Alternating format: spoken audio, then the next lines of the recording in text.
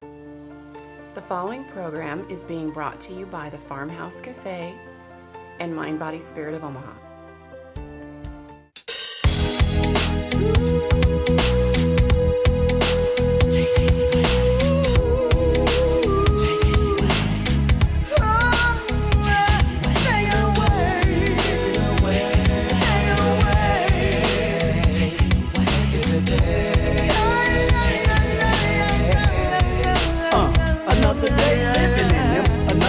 Living in the millennium, souls be looking for a healing, and he's healing them, filling some of them with his spirit.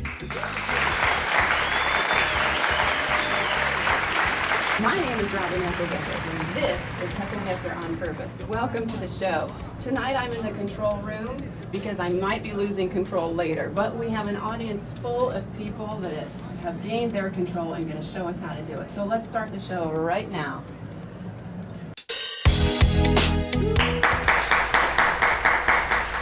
Welcome back to Hesselgesser on Purpose.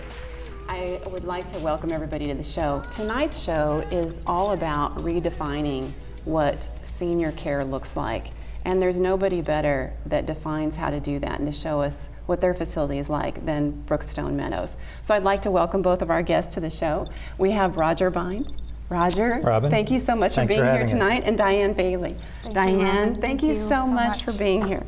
I have to tell you, as you know, I have a little bit of personal experience with Brookstone. I had a family member that was in the short-term stay, and I was so impressed with the care that he received, first of all, but just the feeling of warmth and caring that you get when you walk in the door as somebody who's coming to visit a loved one. And I understand you're about ready to celebrate your 7-year anniversary. Can you tell me a little bit about the history of Brookstone, how it came to be, what the vision was? Go ahead. Jack and Eldora Vetter from Vetter Health Services have been in the senior care, the caring field for about almost 40 years now. And probably 9 years ago, Jack had a vision for building a community that would serve seniors in a way that no one else had. And Brookstone Meadows, with a focus on their rehabilitation part, having 3 rehab gyms and 26 therapy team members, and having room for 140 people to serve, as well as long-term care, was something that was outside the box, and they had never done before. But with his focus on dignity in life being the main mission statement, as well as the rest of the mission, vision, values with quality life and serving and integrity, Brookstone Meadows was born. Yeah. And so it's going to be 7 years old. November 7th. So you have the short-term facility for people that need some rehabilitation. Perhaps they've had a significant illness or surgery, and before going home, they come to your facility to get the care that they needed before they go home. Maybe they live by themselves, or maybe they have a partner or a spouse that isn't able to care for them by themselves. Is that correct? Absolutely. So how is your facility split? I mean, would you say that what does the proportion look like? Well, we have room for 74 folks to rehab on the east side of our building, and we have room for 66 residents to live with us on the west side of the building. Okay. And for the most part, the folks who are there to rehab do tend to go to the east side. They're not there for a long time typically, so it's a little bit of a different environment in that respect. But they have the opportunity to form a lot of strong bonds with the team members and the other folks that are rehabbing. They're in the same boat for those short stays that they're there, and it really is impactful on their lives. One of the reasons I wanted to do this show and have you come on the show to speak, and we were able to visit the facility, and I want to talk about that in a little bit, but there is this stereotype of what senior care looks like and what it feels like and even what it smells like. And you have broken all of those stereotypes. But why do you think it is that, when it comes to senior care, it seems like we have so much more education that we can do? I talk about we've come a long way on sexism. Women are becoming increasingly more dominant in the workforce, when it comes to position availability and equal pay and all of that. And racism, we've come a long way in that area, but ageism still seems to be kind of at the bottom of that when it comes to funding, when it comes to understanding, when it comes to education, when it comes to care. Do you agree? I know that you have a different facility, so maybe you see it a little bit differently, but you are in an unusual facility. I do agree to some degree. I think that people feel, for the most part, that this does not apply to them.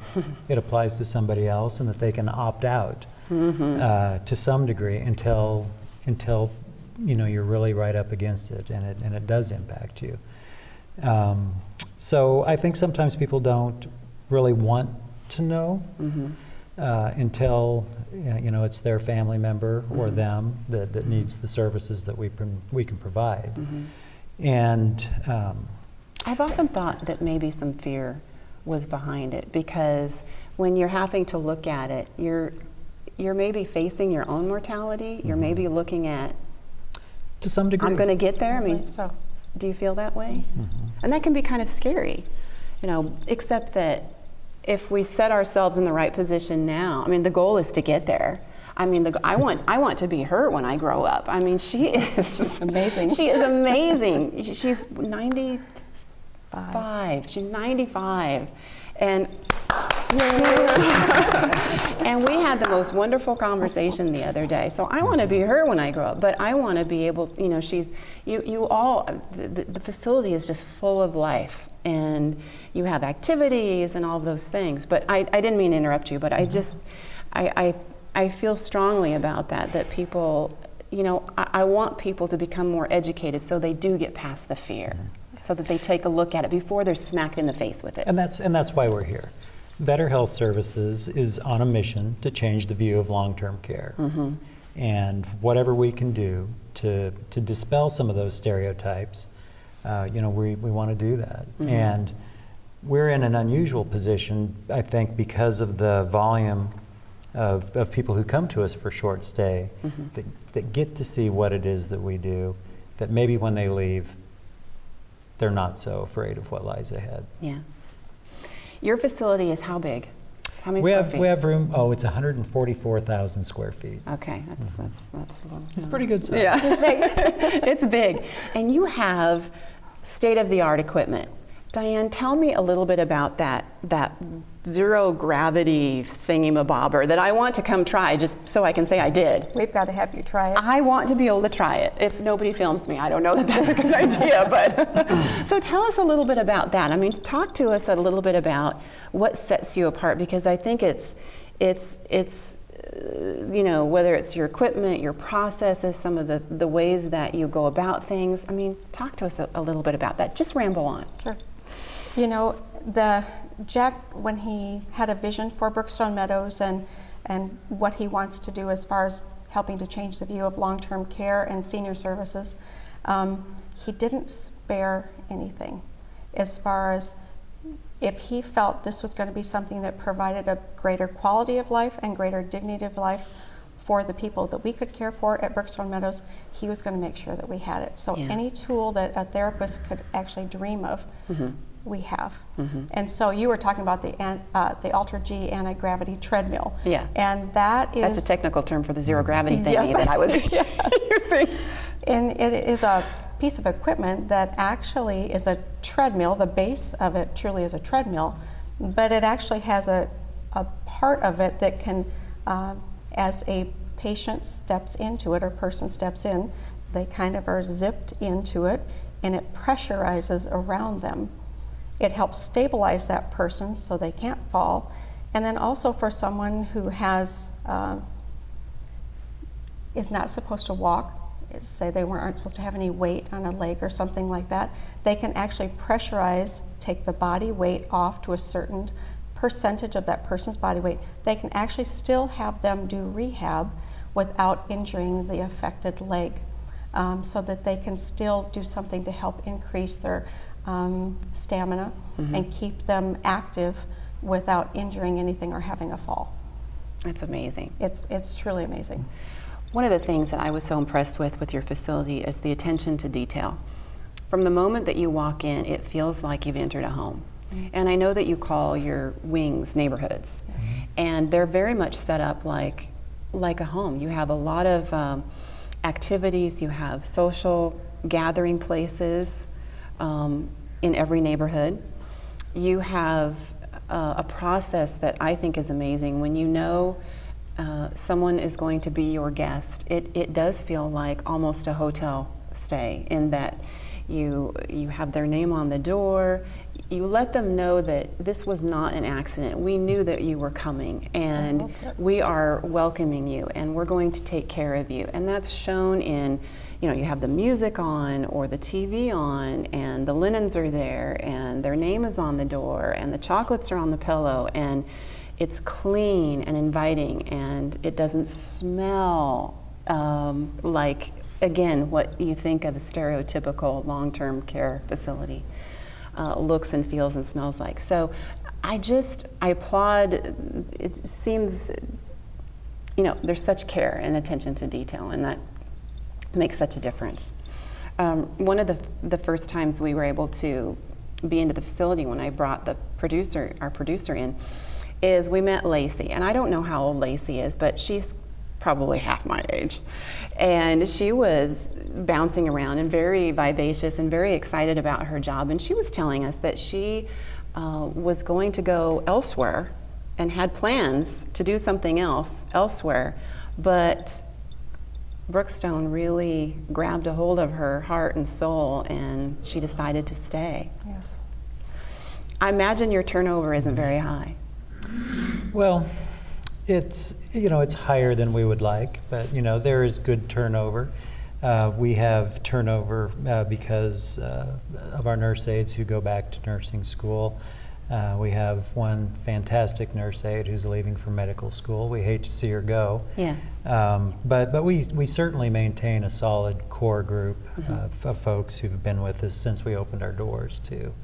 And I really think that that's the strength of Brookstone Meadows. I mean, the building is beautiful, but if it weren't for the team people. members that we have, Yeah. and the heart and the soul that they give to what they do, it wouldn't matter. So, and I truly believe that you will see that in many long-term care institutions. I don't want to say that you're not going to see that elsewhere, but it's something that we consciously cultivate. We specifically seek out people who are smiling and outgoing and want to be here. And we can teach them all the technical stuff. Yeah. But you cannot teach attitude, and you can't teach heart. So that's where we focus when we look for team members. Well, and I don't care what you say, but that has to come from the top too. That has to be at the very top, from leadership, down. That has to be funneled down. So I applaud, both of you for setting that precedent. Diane, tell me a little bit about the activities. We're planning an event that we want to invite anybody and everybody. All ages are welcome to the event. I think we decided on a date, did we not? September? We did. September 16th? Yes. But you have activities for the residents and their families, and we went to a wine and cheese party last week. So tell our viewers a little bit about that, the activities that you have ongoing to make it, to create the life, to create entertainment, to create memories. Yes, and it really, in our life enrichment department, and Carol Eberly is here with us, and she is really the heart and soul of that with her team.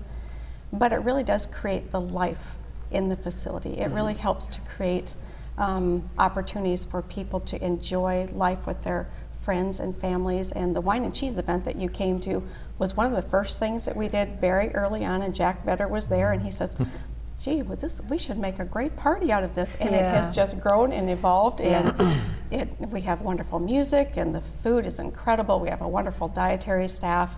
The food was fantastic. Thank you. Yes. More than cheese. Yes. More than cheese. Although the cheese was really good. Kind of looks like you're walking to a mini cruise ship type of environment. That is a great way of explaining it. That is exactly what it looked and felt like. And I have to tell you, I don't know if you saw, and I'm horrible at names, so I apologize, but she's Italian.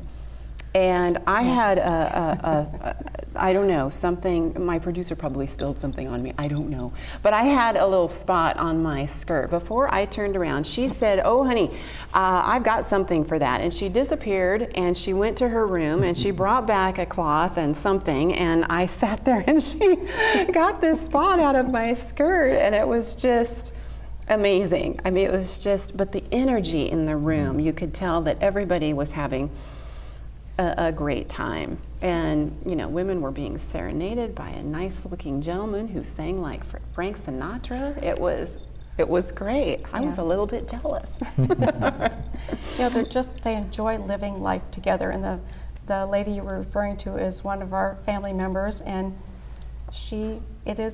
we talk about family serving family and what we do every day, and that's just a great example. She is part of us, being a family member, and people, that's the comfort level that we hope everyone feels.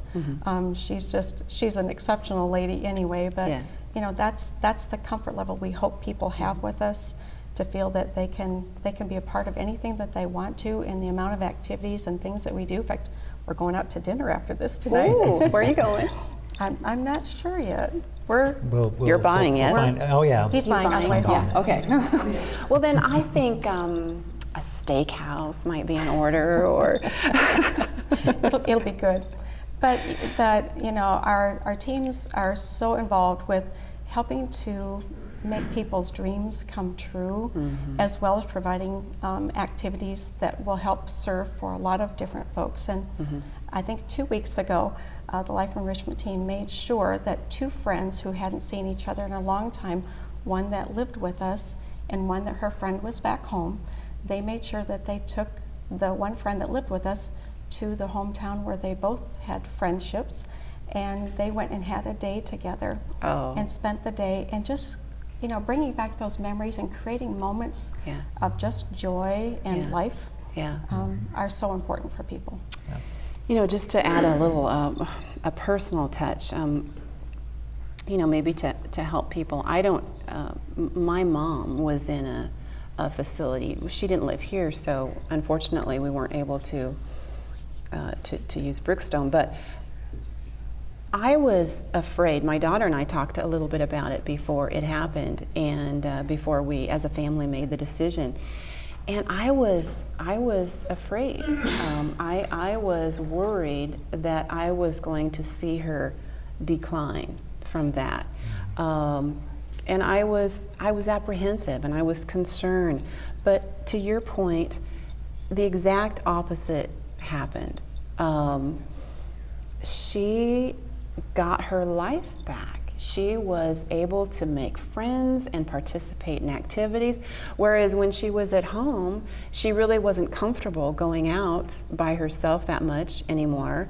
So she didn't, you know, and she became so isolated and somewhat depressed.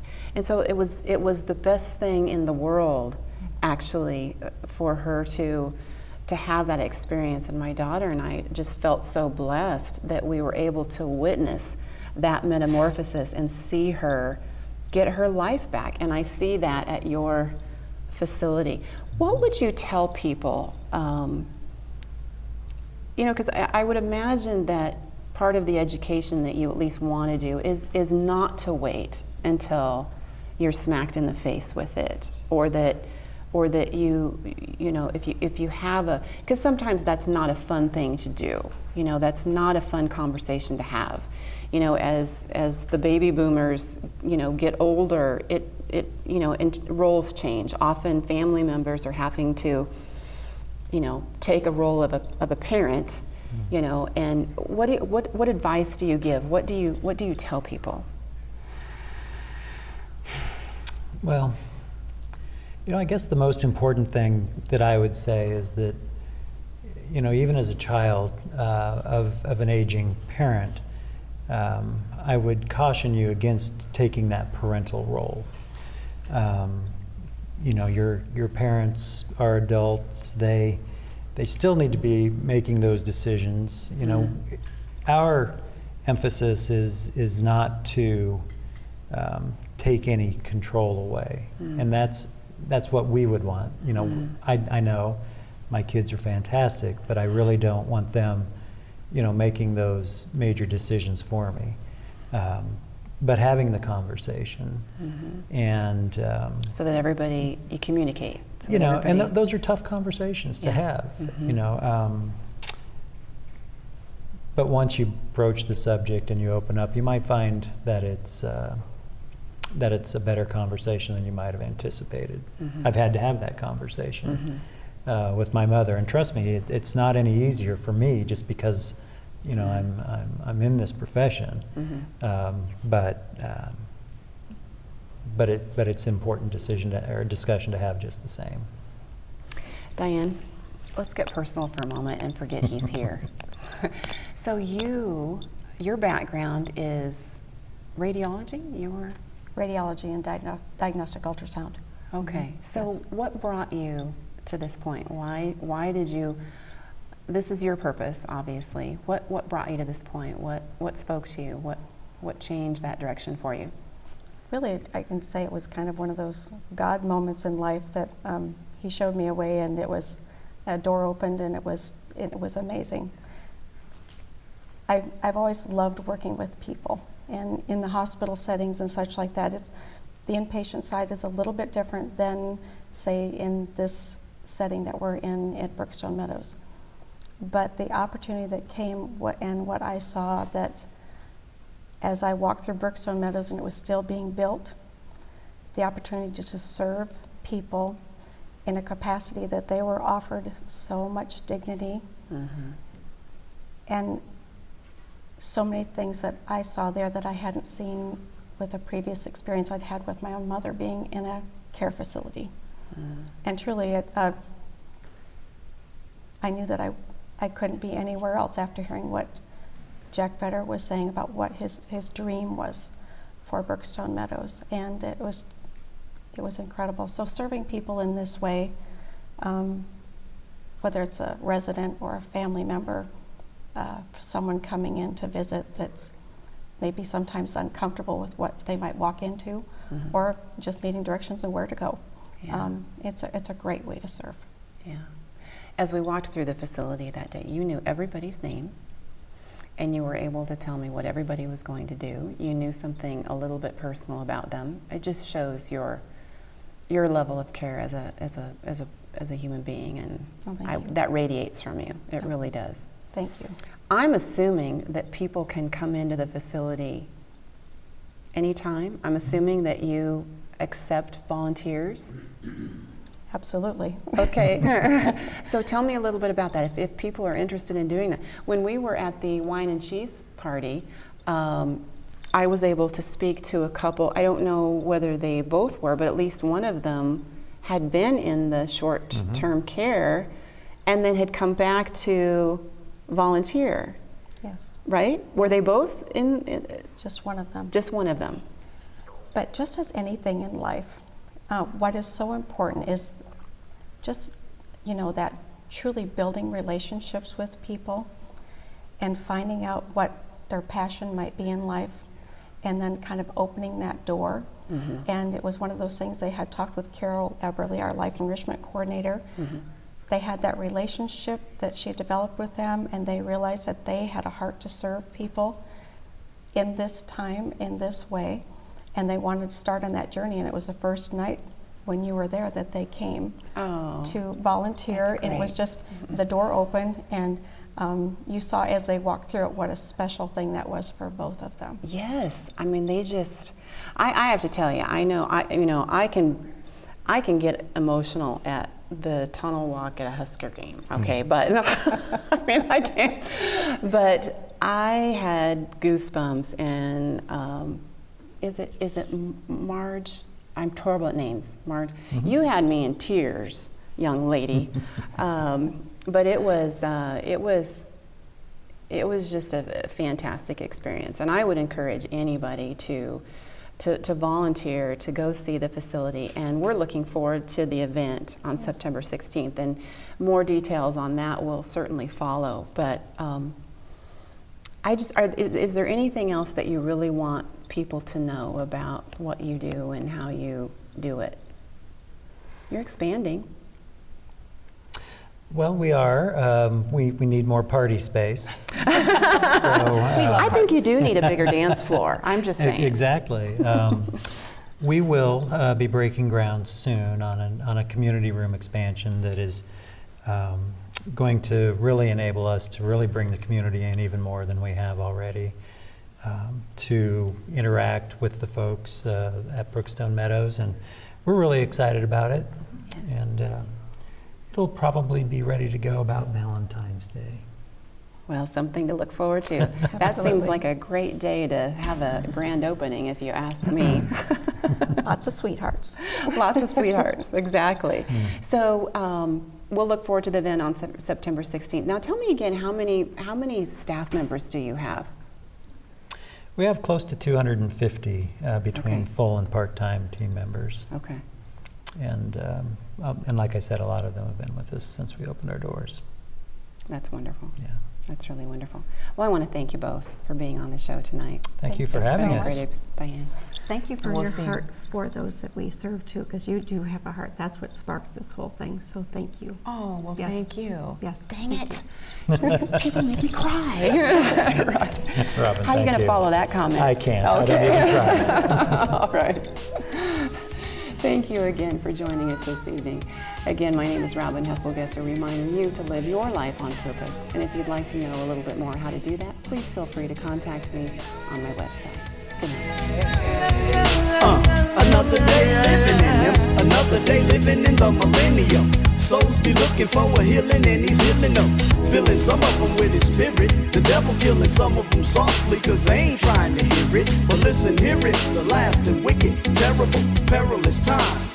The mind fights that bind are signs that we're living in the days when God said he's really getting tired of man's ways. And days are dropping off like minutes. Who repented? It's a race. Who wanna win it? I gotta win it, cause I repented. And I can't wait for souls to get saved before it gets too late.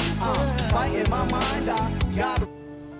This program has been brought to you by the Farmhouse Cafe and Mind, Body, Spirit of Omaha.